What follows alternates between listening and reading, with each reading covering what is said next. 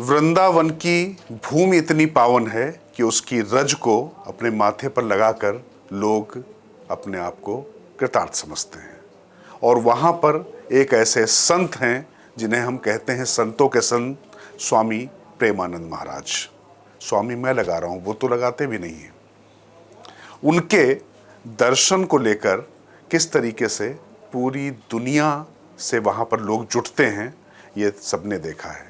लेकिन प्रेमानंद जी महाराज कैसे वृंदावन पहुँचे और कहाँ से उनकी शुरुआत हुई थी, ये सब नहीं जानते। नमस्कार, मैं हूँ राजकिशोर। वृंदावन में राधा रानी यानी लाडली जी के चरणों में खुद को समर्पित कर देने वाले प्रेमानंद जी महाराज का पूरा जीवन ही वास्तव में दिव्य दर्शन है। आज उनका सानिध्य पाकर लोग खुद को सौभाग्यशाली समझते हैं। उनके क्षणिक दर्शन के लिए ऐसी आतुरता, ऐसी व्याकुलता और मिलने के बाद आह्लाद देखते ही बनता है। लेकिन संत प्रवर पहले वृंदावन से कहाँ थे, ये कम लोग जानते हैं। कानपुर में उनका जन्म हुआ। अनिरुद्ध पांडे उनका बचपन का नाम था। बचपन से ही आध्यात्मिकता की ओर उनका झुकाव इसलिए हुआ क्योंकि घर में उनके पिता थे तो किसान, लेकिन कर्मकांडी। दादा सन्यासी, भोले भाले थे। सिर्फ 13 साल की उम्र में ही दुनियादारी से ऐसा मन उचटा कि घर बार त्याग कर निकल पड़े बाबा भोलेनाथ की नगरी काशी की ओर। बीच में एक जगह कुछ समय के लिए रुके, लेकिन काशी में ही उनका प्रवास रहा। मानो उन्हें खुद भोलेनाथ ने ही प्रेरित किया था।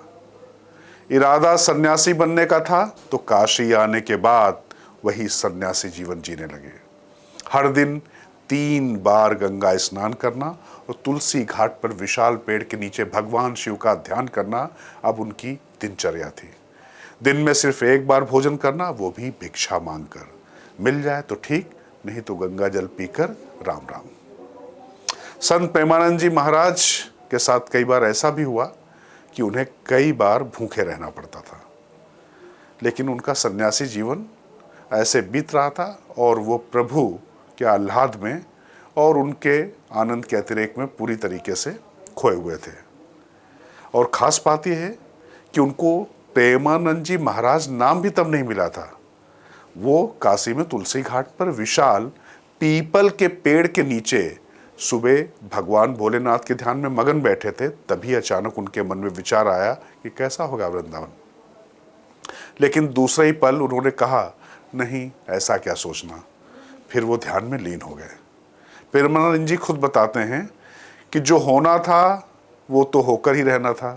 इस दौरान एक दिन संत प्रेमानंद जी महाराज से मिलने एक और संत आए जिन्हें वो जानते भी नहीं थे। उन संत ने उनसे कहा कि यही श्री हनुमान प्रसाद पोद्दार का एक बहुत बड़ा अंध विश्वविद्यालय है। वहाँ श्री राम शर्मा के द्वारा दिन में चैतन्य लीला और रात्रि में रास लीला का आयोजन किया गया है और आप भी उसमें चलिए। प्रेमानंद जी महाराज जी ने सोचा कि यह भी रामलीला की तरह होगी।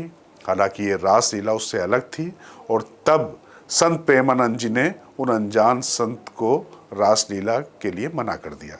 लेकिन जब अनजान संत ने बार बार आग्रह किया तो प्रेमानंद जी महाराज इसे महादेव की इच्छा मानकर उनके साथ चलने को तैयार हो गए। लीला स्थल पर पहुंचकर उन्होंने दिन में चैतन्य लीला और रात में रास लीला देखी, जो उन्हें इतनी पसंद आई कि वो 1 महीने तक, जब तक कार्यक्रम चला, उसे देखने आते रहे। लेकिन चैतन्य लीला और रास लीला के समापन के बाद संत प्रेमानंद जी महाराज के अंदर इसे बार बार देखने की बेचैनी आतुर करने लगी। वो हर वक्त यही सोचते कि अब उन्हें यह सब देखने को कैसे मिलेगा। आखिरकार संत प्रेमानंद जी महाराज ने बड़ा फैसला लिया और वो उन्हीं संत के पास चले आए जिन्होंने रास लीला देखने के लिए आमंत्रित किया था। वहाँ पहुँचकर उन्होंने उन संत से कहा कि महाराज, मुझे भी अपने साथ ले चलें, जिससे मैं फिर से रास लीला देख सकूं और इसके बदले आपकी सेवा करता रहूँगा। तब उन संत ने पूज्य प्रेमानंद जी महाराज से कहा कि आप वृंदावन चलें, वहाँ हर दिन ये रास लीला देखने को मिलेगी और आप एक बार वृंदावन आ गए तो बिहारी जी आपको छोड़ेंगे नहीं और फिर वहाँ से आने का मन भी नहीं करेगा। फिर क्या, उन संत की बात सुनकर प्रेमानंद जी महाराज का मन वृंदावन जाने के लिए मचल उठा। जैसे उन्हें कोई गुरु मंत्र मिल गया हो, अब वृंदावन जाना है, और बस उनसे मानो लगन लग गई कि वृंदावन जाना है। इसी बीच संत प्रेमानंद जी महाराज का युगल किशोर जी नाम के संत से भेंट हो जाती है। वो संकट मोचन का प्रसाद लेकर आए थे और उन्होंने कहा कि उन्हें अंदर से प्रेरणा हुई है कि आपको ये प्रसाद दिया जाए, इसीलिए आप इसे ले लीजिए। तब संत प्रेमानंद जी महाराज ने संकट मोचन का प्रसाद ग्रहण किया। हालांकि प्रेमानंद जी महाराज ने पहले युगल किशोर जी को संत के बजाय गृहस्थ समझा था, इसलिए वो उनके साथ जाने को तैयार नहीं हुए। लेकिन बाद में उन्होंने खुद को एक संत जब बताया, तब वो उनके साथ उनकी कुटिया पर गए और वहाँ भोजन किया। इसके बाद प्रेमानंद जी महाराज ने संत युगल किशोर जी से अपने दिल की बात कह दी कि क्या आप मुझे वृंदावन पहुँचा सकते हैं। युगल किशोर जी का ये सुनना था कि वो तैयार हो गए और उन्होंने कहा कि कल ही चलते हैं वृंदावन। ये सुनना था कि संत प्रेमानंद जी का महाराज अंदर ही अंदर आनंद विभोर हो गया। अब तो कल ही वृंदावन चलना है। तब काशी से मथुरा के लिए कोई डायरेक्ट ट्रेन नहीं चलती थी, तो संत प्रेमानंद जी महाराज और वो संत पहले चित्रकूट गए। वहाँ 2-3 रहने के बाद उन्होंने संत प्रेमानंद जी महाराज को मथुरा की गाड़ी पर बैठा दिया। मथुरा पहुँचे तो रात हो चुकी थी, वहाँ रहने की कोई जगह तो थी नहीं। इसी बीच एक चर्चा के दौरान संत प्रेमानंद जी की बात सुनकर वहाँ मौजूद एक व्यक्ति प्रभावित होकर उन्हें अपने साथ गेस्ट हाउस ले गए, जिसका नाम राधे श्याम था। लेकिन जो शख्स उन्हें गेस्ट हाउस ले गया, वो संत प्रेमानंद जी महाराज को गेट पर छोड़कर फिर आया ही नहीं।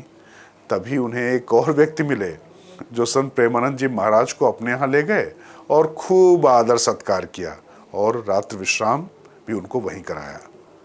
फिर सुबह सवेरे यमुना में स्नान कर मथुरा में पहली बार केशव देव के दर्शन किए।